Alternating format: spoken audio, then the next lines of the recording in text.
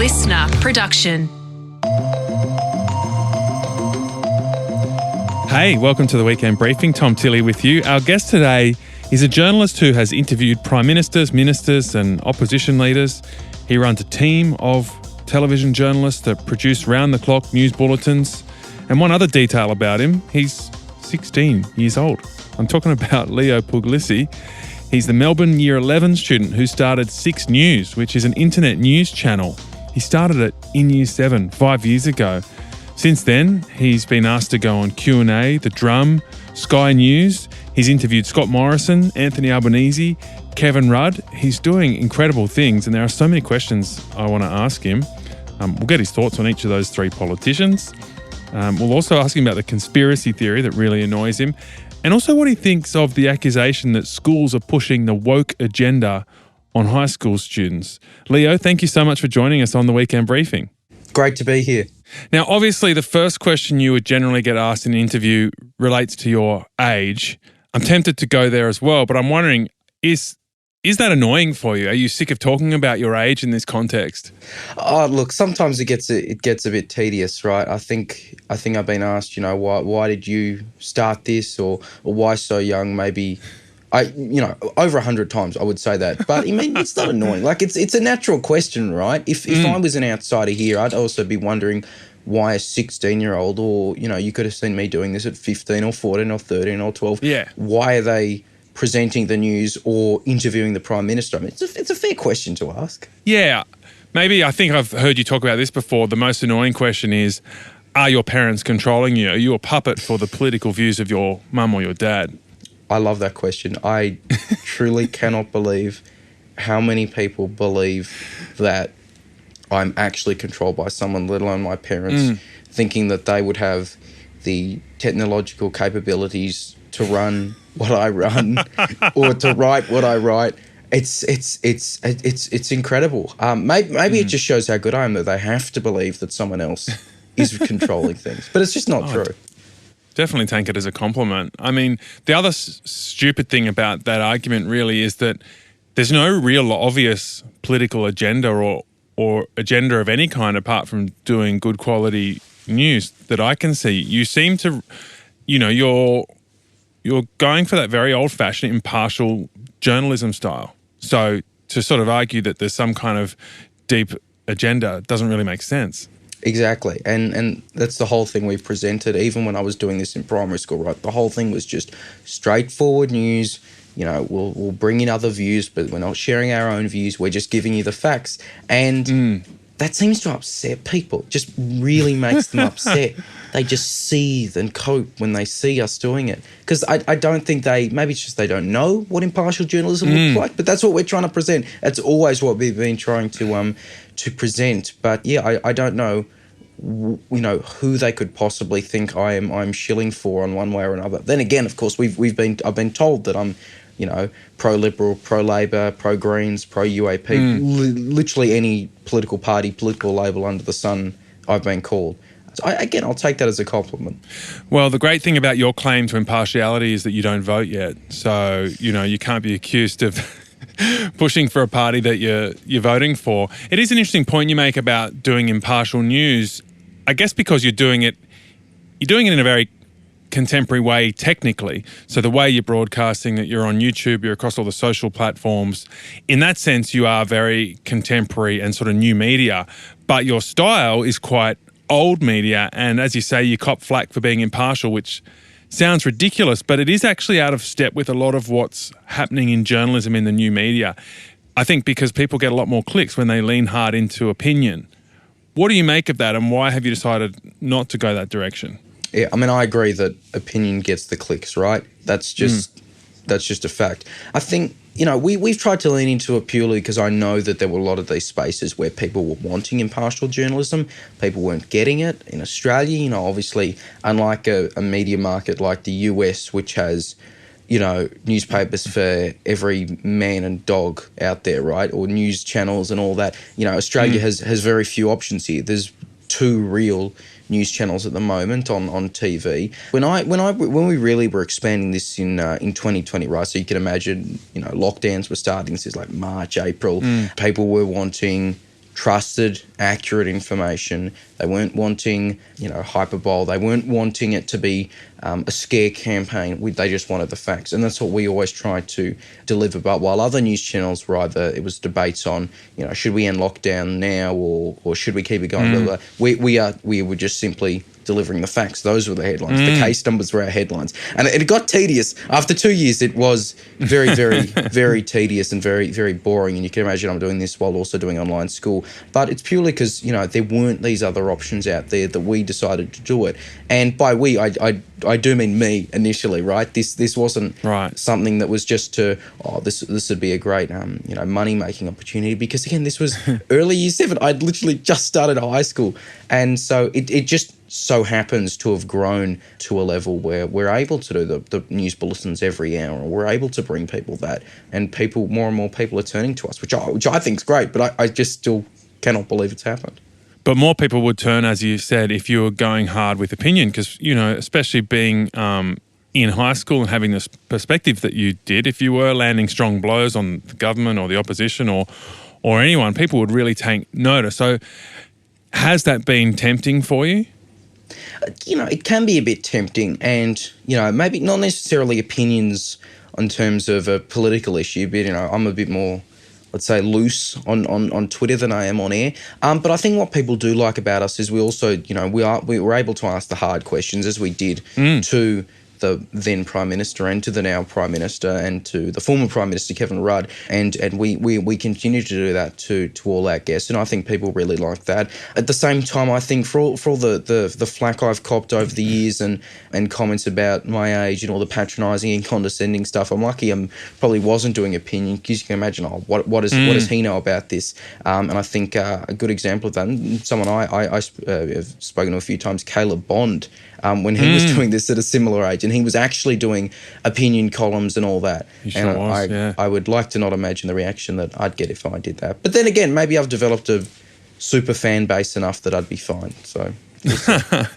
Interesting you bring up Caleb Bond. We used to have him on Triple J Hack all the time when he was your age and younger, and he really was leaning into a conservative viewpoint and really happy to bring it and good at arguing it. And so he took a very different line, going straight into opinion. What have you learned from him? Have you talked to him much? I've spoken to him a few times, mainly when, there's been a bit of social media attacks on me, because, as I said, he's had it a few times. But I think the best thing, maybe it was him who told me, maybe it was others, but the thing I just go with, at this point, you got to ignore these kind of people. It's just sad at times, as we discussed before, how they want to believe that someone else is controlling me, or they want to believe I'm going one way or another, when it's clear that, I don't. The 6 News team, which is it's a growing team, we don't go to one side or another. And again, it's just weird that people don't accept that. But of course, if people want to share their opinions, we have plenty of opinion guests on. We got plenty of MPs, plenty of people from different parties. We always get lots of guests on around election time. And they're the ones who are able to share their opinion, which we'll ask the hard questions of, but it's just not our opinions being shared. And I think that's what people really come to like about 6 News. So you said there you've copped some flack online. How ugly has it gotten? A bit ugly. It got to the point where, I think there was a good Sky News segment on it. I think I was on Andrew Bolt's show once, asked about it. I still can't believe I was on Andrew Bolt's show.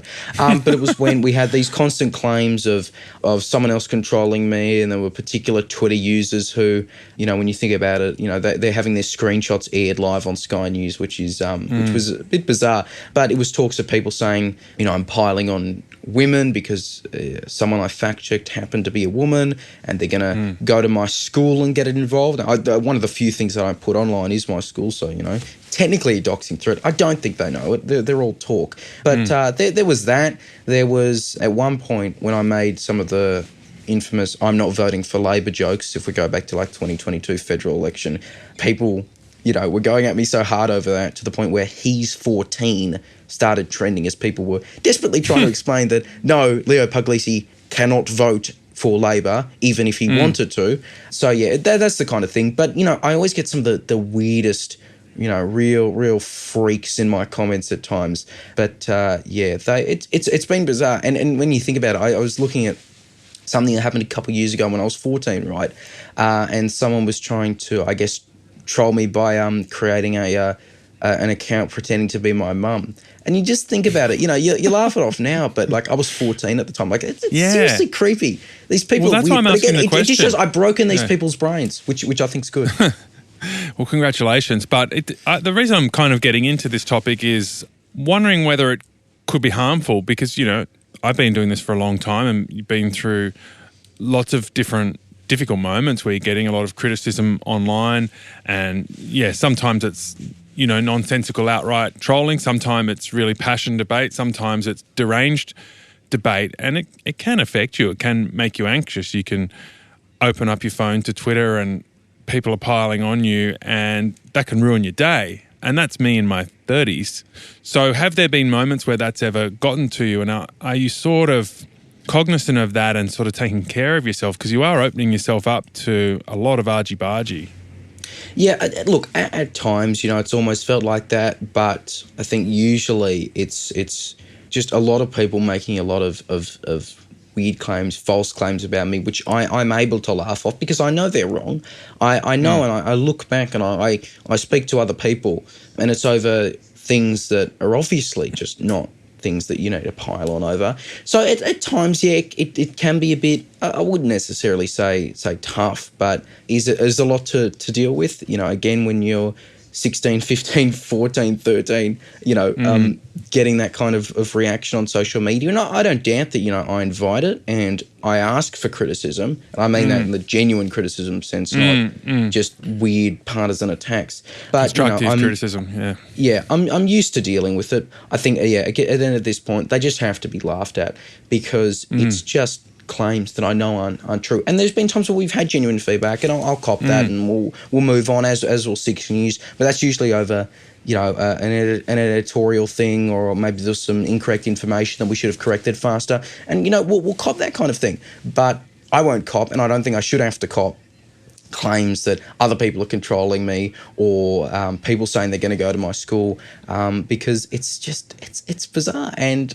again, it's insane. Well, that last one, that's messed up. People are talking about, yeah.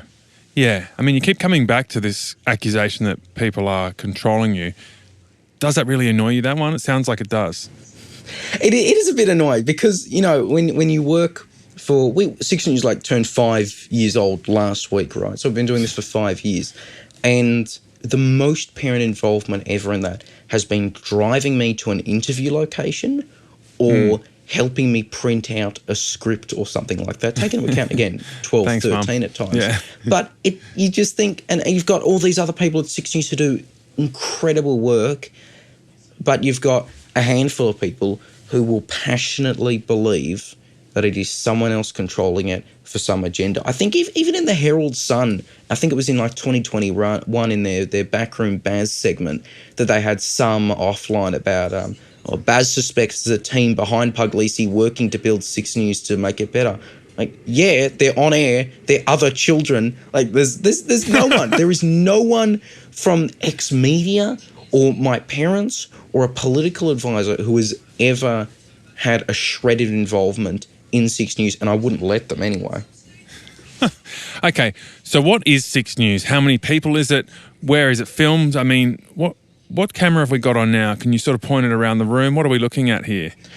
If I point it around the room, this camera will kind of collapse off the makeshift stand I've got. But in short, so it's a couple steps, right? We've never had an actual newsroom. It's all been virtual. Again, COVID kind of really, you know, forced that in play.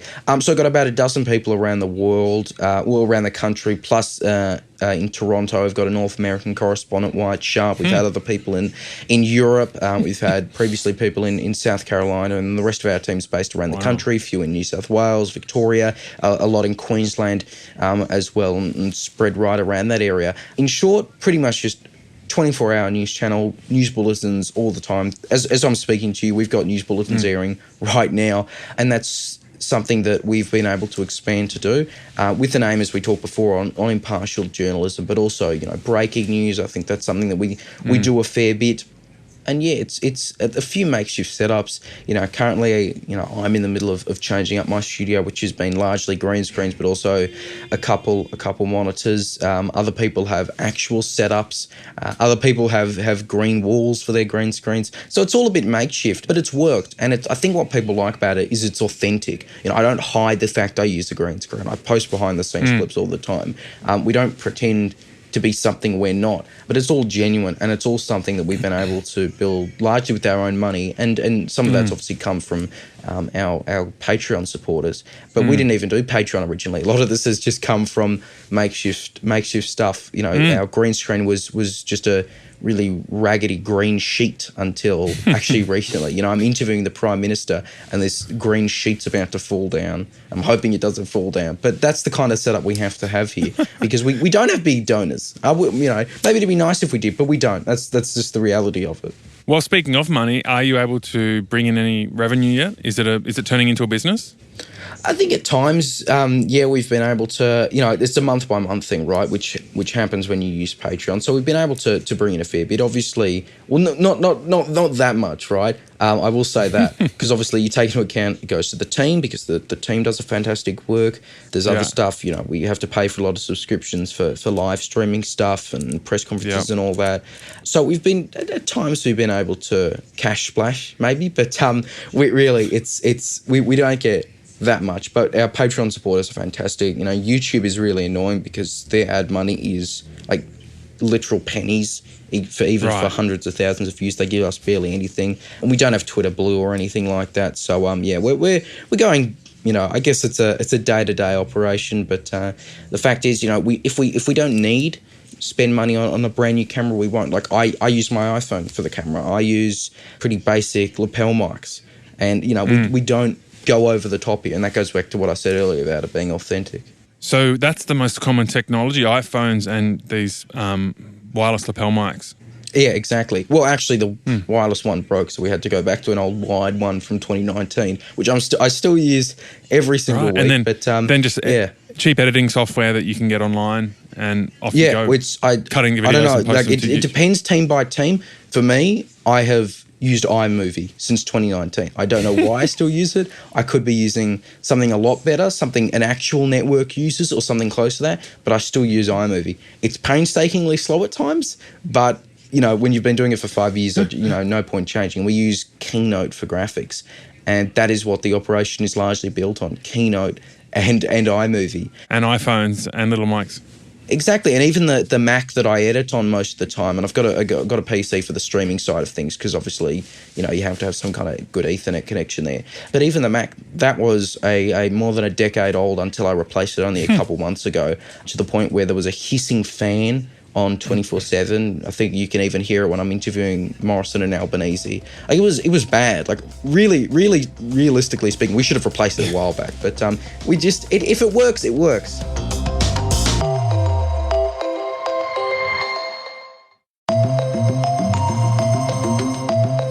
Okay, so let's talk about the big interviews you've got. It's, build a lot of credibility into what you're doing to get Scott Morrison, Anthony Albanese and Kevin Rudd.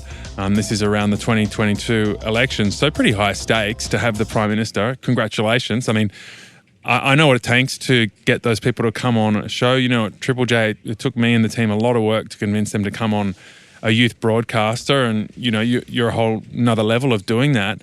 Let's go through each individual there. I just watched the Scott Morrison one back, and on one hand it was great that he didn't treat you like a kid. He took you really seriously to the point where he was just as dismissive of you as he would be of any journalist probably at the ABC or I guess the outlets that he doesn't really like that much. He sort of really arced back at you when you questioned his credibility and challenged him, and you mentioned you quoted sources from Crikey and the ABC, and so he's then attacking the sources as not being credible. What did you make of his performance? I mean, it was astounding that he did that. It was probably the best interview we could ask for. Could have been, the excitement was already enough. Like we could have had all these great promos about, how exciting is this, Scott Morrison on, and we ask him a few questions.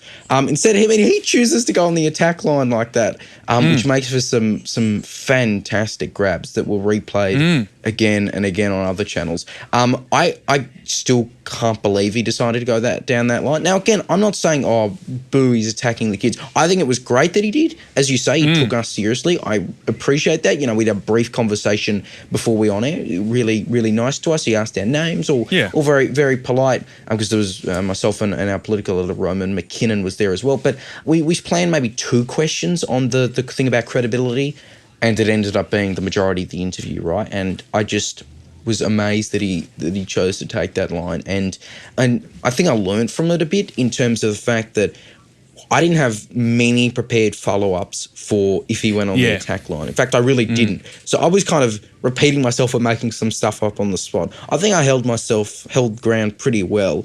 It was especially that one part where I'm like, so you don't think Australians are interested in whether you tell the truth or not? I do tell the truth. Yeah, it's just, you can't make that up. So I think I cannot believe he came on. I'm so glad he did. Sincerely appreciate it. But I'm just blown away by the fact that he reacted like that. I probably would have been surprised if he reacted that heavily to anyone of any age, of any network asking that question. It was pretty astounding, but still probably the favourite interview I've ever done just because of that. Yeah, no, your follow-up questions were very good. You managed to push him back onto those challenges and I guess direct him to the parts of those questions he hadn't answered and phrase them a different way that sort of challenged him further. So it was amazing to watch, As someone who's done a lot of interviews, I was like, wow, this is amazing. And you could have been so nervous as well, but it really didn't look like you didn't. I mean, you've even been on Q&A, which I think is probably one of the most challenging panel shows to go on and really hold your own, and in that context of a big crowd and usually pretty high-powered guests around you, to hold your own in that forum as well. What was that nerve-wracking? Do you get nervous? Because you can never see it. I don't think anymore. I get nervous, maybe a bit initially, but at this point, I think it's another day, right? And Q&A was great. Behind the scenes, it was a lot of fun. I think the most nervous I was on the way there, because we were stuck in traffic outside South Bank trying to actually get into the studio, and we rocked up to the wrong garage and we're trying to get in there. You can imagine I've got my parents in the car who are there trying to, because they want to be in the audience. And that was probably the most nervous part of it, actually getting there on time. But yeah, I think it's fun. It's always enjoyable, and Q&A was a great experience. Yeah. Just before we move on from Scott Morrison, given what you saw of his performance all round as Prime Minister, but also the sort of insight you got from speaking to him directly and the way he handled that interview, why do you think he's not Prime Minister anymore? I think, the handling of the bushfires, and then all the Parliament House scandals, and in 2021, and then obviously the way plenty of women around Australia were feeling about it, I think that sank him. Probably everything started to go downhill from the bushfires. His only spike was his performance, at least in the polls, was pretty decent during the early stages of COVID. But by May 2022, I think people were sick of him. And Anthony Albanese managed to I think channel a lot of that anger and talk about a new vision, and he was pretty good in that sense. But also it helps that the crossbench took a bunch of those Liberal seats as well. Do you think the side of him you saw in that interview was part of, I guess, a character flaw that is part of the reason he's not Prime Minister anymore?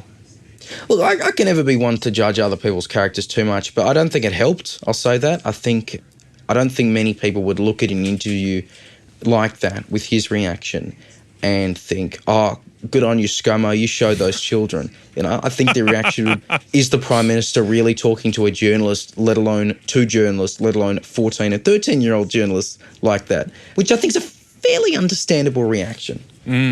Okay, Anthony Albanese, you interviewed him as well.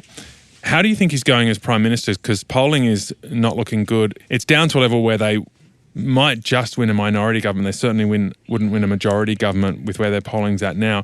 Why do you think that is? I think it's a combination of factors. Cost of living, which you can argue he can do something dramatically about compared to a coalition government or not. There's only so much that obviously one can do there. So cost of living is a huge issue, which goes into the housing issue. And then there's always, I guess, I wouldn't necessarily want to say smaller issues, but there's the other issues that aren't necessarily Australian domestic.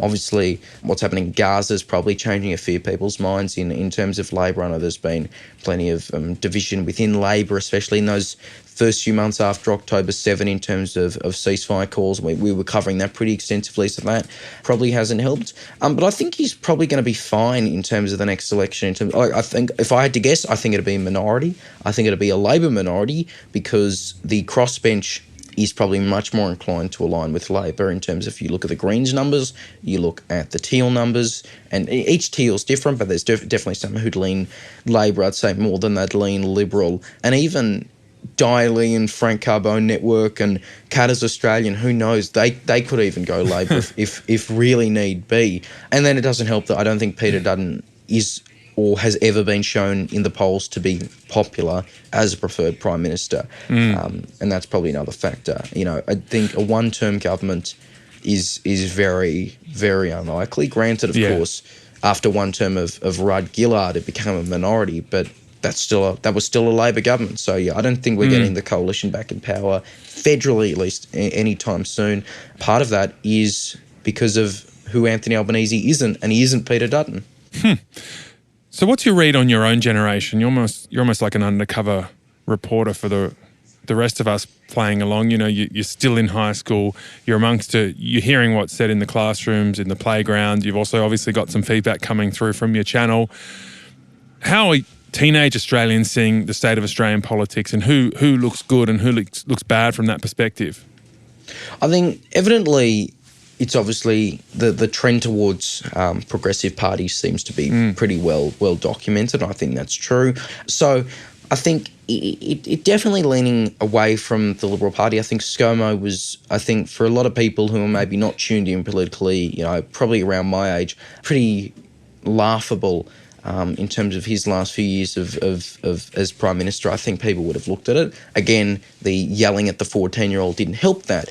So I think that's probably helped them lean towards Labor Greens. I'm sure there's more than a few who are pretty apathetic about politics as well, but I don't see a natural turn towards the Liberals. I think of the 2025 federal election, I expect it to be 2025 anyway, that'll probably be reflected in, there'll be a lot of these areas with a younger population that are maybe these marginal Labor Green seats that'll tip Greens. We'll have to wait and see on that. But definitely I think people who are saying that, at least in Australia, Gen Z seems to be trending a bit more progressive. I think that's probably right. A bit more, or a lot more? Because I've read some research that it's going so hardcore in the progressive direction they don't ever see it really coming back to the kind of balance that it was. And, there's obviously the old idea that you're progressive when you're younger and more conservative as you get older. But some of the research is pointing to a deeper change in our political values that will last beyond that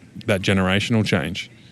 Well, look, it might be a lot more. I say a bit more purely because, as I said, already in the Greens area, there's only so much more that they can go to make a significant difference. It's a safe Adam Banth seat. So I think, definitely there's a fair bit more going in the Greens direction. But I think also the old vote the way your parents did, I think that's still true. Not necessarily for a majority, but there's still a fair chunk that are like that, for better or worse, nationwide. And so I think that's a factor. But of course, if you're in a Greens seat and you're voting the way your parents did, then you're more than likely than not to be ending up progressive. So I guess it's a seat-by-seat thing, but I think we've seen the climate change rallies, the student strikes for climate and all that. So definitely, and a lot of that, again, was strong anti-Liberal when you're a member of the Morrison with his coal in Parliament and all that.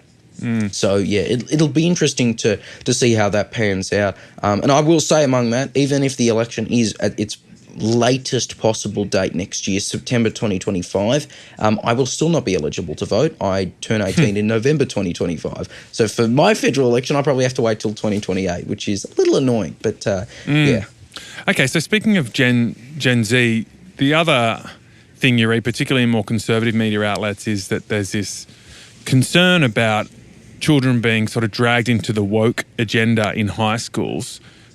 Do you see any evidence of that? Look, I'll say this, and of course I can only speak from my experience. I do go to, I won't obviously give away my school, it is a government school. I don't think anything in terms of being dragged into it by the department or by teachers that I've at least seen. The people at my school who post something on a socially progressive thing, or repost the Greens, or post something on pro-Palestine or anything like that, that's just something driven by social media. That is not being hammered in by the schools. And I think, at least at my school, we for example, like I'm doing a class on the Russian Revolution right now, and our teacher isn't hammering in communist ideology at us, right? Isn't all this pro-Bolshevik propaganda around the classrooms. He's just teaching it how any teacher would teach it. So I don't think, at least at my school, it's being hammered in. I think the reason maybe students are going woke is because of social media, is because of what they're seeing there, for better or worse. It's not, at least that I've seen, being actually driven by the schools. So you have to look at social media, and you can't exactly shut down all the progressive content on Instagram and TikTok. And Instagram and TikTok is where they're getting it from. Forget Facebook, forget Twitter. Instagram and TikTok is huge in that area. And do you think, is there any sort of external influence there? Is that about the algorithms? Is it about who's posting the content? Or is what's being shared on those platforms just a reflection of what young people are talking about and where they land on these issues? I think it is the latter. I mean, there was the headline from a couple months ago where it was something along the lines of TikTok says they are not influencing the algorithm, Gen Z is just pro-Palestine, and something like that. I guess it's part of that. Maybe also... So you would agree with that? You would agree with that sentiment?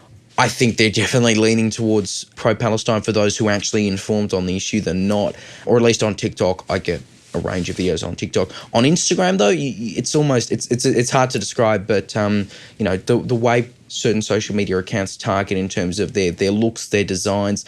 A lot of these progressive Instagram accounts, they kind of look the same in their messaging and their style and their graphics. They're all really just Canva templates. But those go viral on Instagram for whatever reason, and naturally they're shared back. And so maybe it started a few years ago, but I don't think, people are just randomly getting pro-Palestine stuff on their feeds out of completely nowhere. It's probably just based on a trend, based on how Gen Z is going at the moment. Of course, we'll have to wait and see on that. We only have opinion polls to go with, right? We have the secret ballot. I can't be checking every Gen Z vote. We can see how they go. But I think again, the progressive trend for Gen Z is definitely there, and I don't think that they'll change anytime soon. Yeah, why do you think that trend exists? Why are young people going more and more progressive? Again, partly because of that's what they're seeing on social media. Again, partly because of how parents have voted. Again, partly because of demographics. But I think also when you're seeing or you're being told, again, whether you agree or not, that there are big climate problems, when you see someone who you might be inspired by, because I think a lot of young people, if they look at someone else around the same age talking about the same thing, they're probably more inclined to listen or at least agree. I think that's a big part of it. I think when Greta Thunberg, like in 2019, when she was everywhere after that one, the How Dare You speech, right? That was, when you look back at it, that was insane how much attention that speech got. And that contributed to a lot of it, because they're seeing another young person talking about it, or maybe they're seeing one of their friends talking about it because of that. So it's a few factors. I can't point it down to one single thing, but social media spreads it. Yeah. So the conservative critique of the Greta Thunberg sort of phenomenon is that she's sort of inducing young people with climate anxiety in a way that's, in a bad way, in an unhealthy way. Do you see it that way? Look, it's subjective, right? I think no one can doubt really that she's passionate about what she says and what she does, and I think she's over clear. 18 now. She's been doing it for quite some time. It's clear she cares about it, and maybe she does want young people to listen to her speeches like that, to get the message out. Clearly, it's probably worked, but I think whether it's deliberate or not, it does appeal when you see your own age group talking about it, or when you see someone reflective of yourself talking about this issue or getting attention because they talk about this issue. And that's probably why, her name's out there so much, because she was able to be on that. And that's why also so many of these other rallies we see are driven by students. There was the school strike for Palestine the other day, and that's everywhere, at least on social media. So social media drives it. Other young people drive it, and I guess maybe it's a bit of a cycle. But we'll have to wait and see once most of Gen Z. I'm not sure how many percentage yet, but once most of Gen Z is actually able to vote, then I think it'll be really interesting to see in the next federal election cycle in terms of how that pans out for young people. Will be an incredibly interesting watch. Okay, so just to touch on the last big name that you've had on 6 News, Kevin Rudd, he's gotten into a bit of a bother recently. He's the ambassador for Washington, but Trump said he wouldn't be in the job much longer, given he'd been very critical of Donald Trump. Very, very critical, very outspoken Kevin Rudd, as you probably know after following the news and interviewing him. Do you think he can stay in that job if Trump becomes president? I think he can, because I'm still not sure Trump actually knows who he is or right. anything You think he's about just him. responding to what was laden in that question from Nigel Farage? Pretty much, yeah. It was a pretty kind of generic-y response. I don't think Trump's going to necessarily remember to expel Rudd or anything like that. I think, look, maybe he will, but clearly, obviously, Rudd's been outspoken in that element. Maybe for better or worse, he was chosen. He's got those issues there. Obviously, Trump returning as president is a pretty realistic possibility. So it could be gone, but again, I'm just really not sure Trump actually knows that much, if anything, about a former prime minister. I think even Nigel Farage mentioned him as a ex-Labor MP, not PM, MP. So it was a fairly random mention, but it was Sky News apparently asked Farage to bring it up, so that's interesting. But it'll be interesting to see how Rudd goes with it. I think I can't say I imagine that he'd hate to be able to be more outspoken when not in an ambassador role again. Before we go, last question.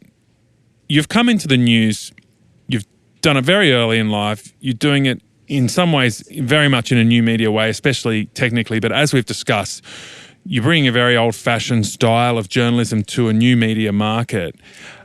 Are you wanting to change the media? Is there something you want to change? Are there things you don't like about the media that you want to improve on? Look, never when I started this, and as I said, it was a pretty random rise to getting some notability. Never set out to change the whole landscape. I think indirectly we may have. The fact that I'm able to see social media posts that just mention 6 News and other people know what they're talking about is pretty outstanding that we've got that we've got that name recognition. So I mean, look, obviously there's a few elements that maybe I don't like. I've never been a fan of huge clickbait or scaremongering and anything like that. But at the same time, if the other media want to keep doing it, then be my guest, because more and more people will start to turn for us because we don't do that. And that's something I'm incredibly proud of. So it'll be interesting. I think the media landscape is changing, whether I want it to or not, or whether I'm trying to get it to change or not. It's obviously going more digital. And the fact that we're not adapting from TV to digital, we've always been digital, we're all digital, is probably a big, big boost for us. So how many job offers have you had from big media companies?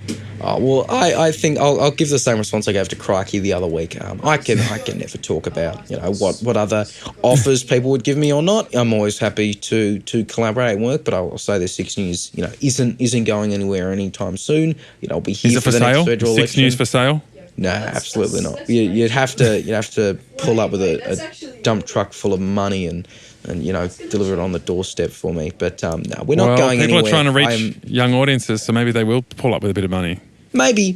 We'll take some sponsors, but I don't think Rupert Murdoch's going to be writing a check for us anytime soon.